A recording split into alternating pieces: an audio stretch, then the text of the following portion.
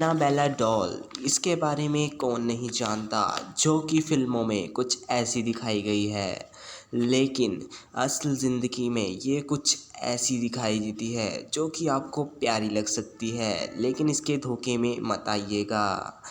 फ़िल्मों के लिए इसका दूसरा रूप बनवाया गया था, जो कि असल में ये है और फ़िल्मों के लिए ये है।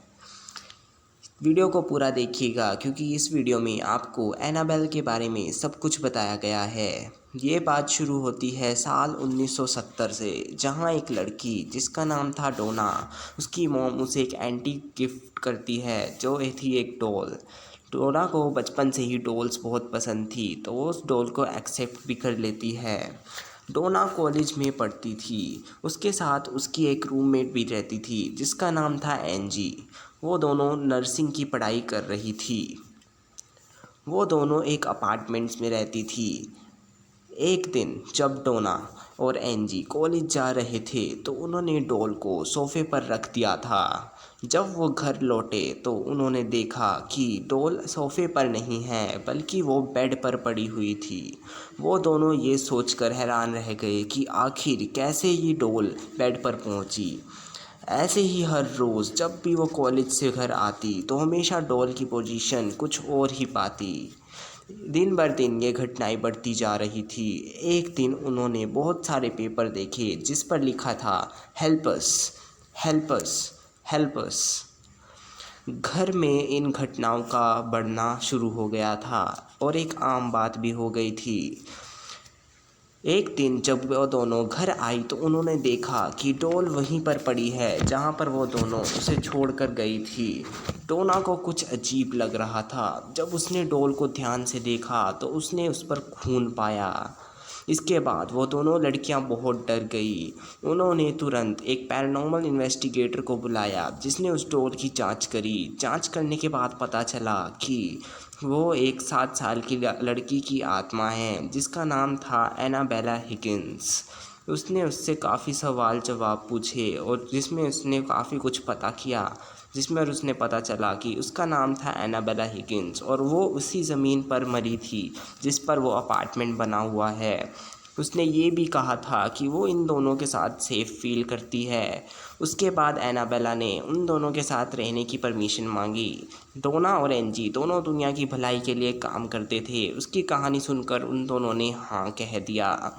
उसके साथ एक उसका दोस्त रहता था लोऊ।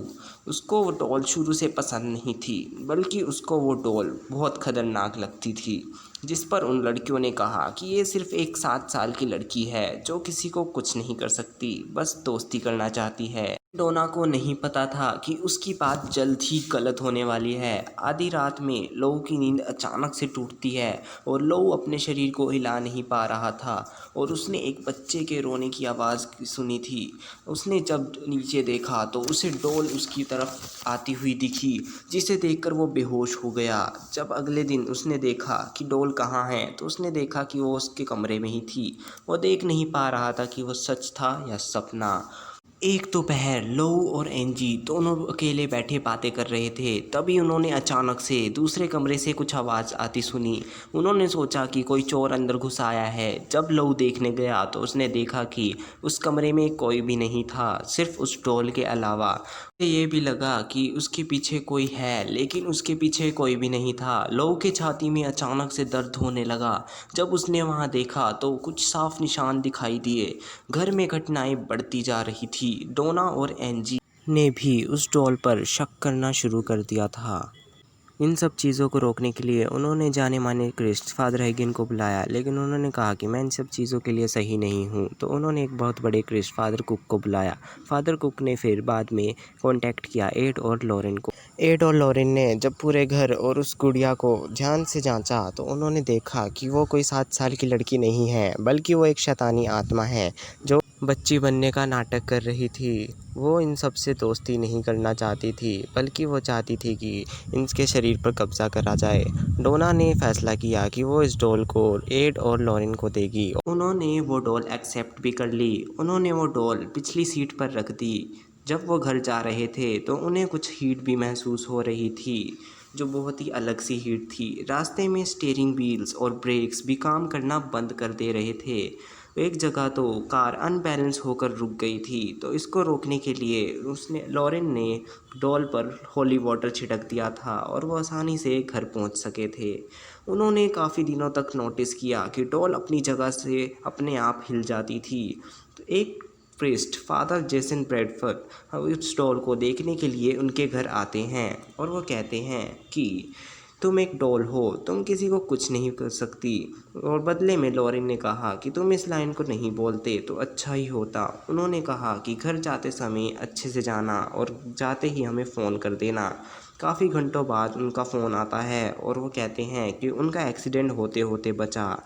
इस सोच में उन्होंने सोचा कि हमें इस डॉल को एक डिब्बे में, लकड़ी के डिब्बे में बंद कर कर ओकल्ट म्यूज़ियम में बंद कर देना चाहिए, जहां वो आज भी बंद है, एक स्ट्रिक्ट वार्निंग के साथ। आपको ये वीडियो कैसी लगी कमेंट करके ज़रूर बताना। और हमारी प्रीवियस वीडियो के विनर्स हैं स्वप्निल चौधरी, जिन्होंने लिखा है भाई तू लेजेंड है। तो थैंक यू ब्रो इस प्यारे से कमेंट के लिए। सेकंड टॉप कमेंट आता है गेमलर निक्सन गेमिंग की तरफ से, जिन्होंने लिखा है बहुत बढ़िया।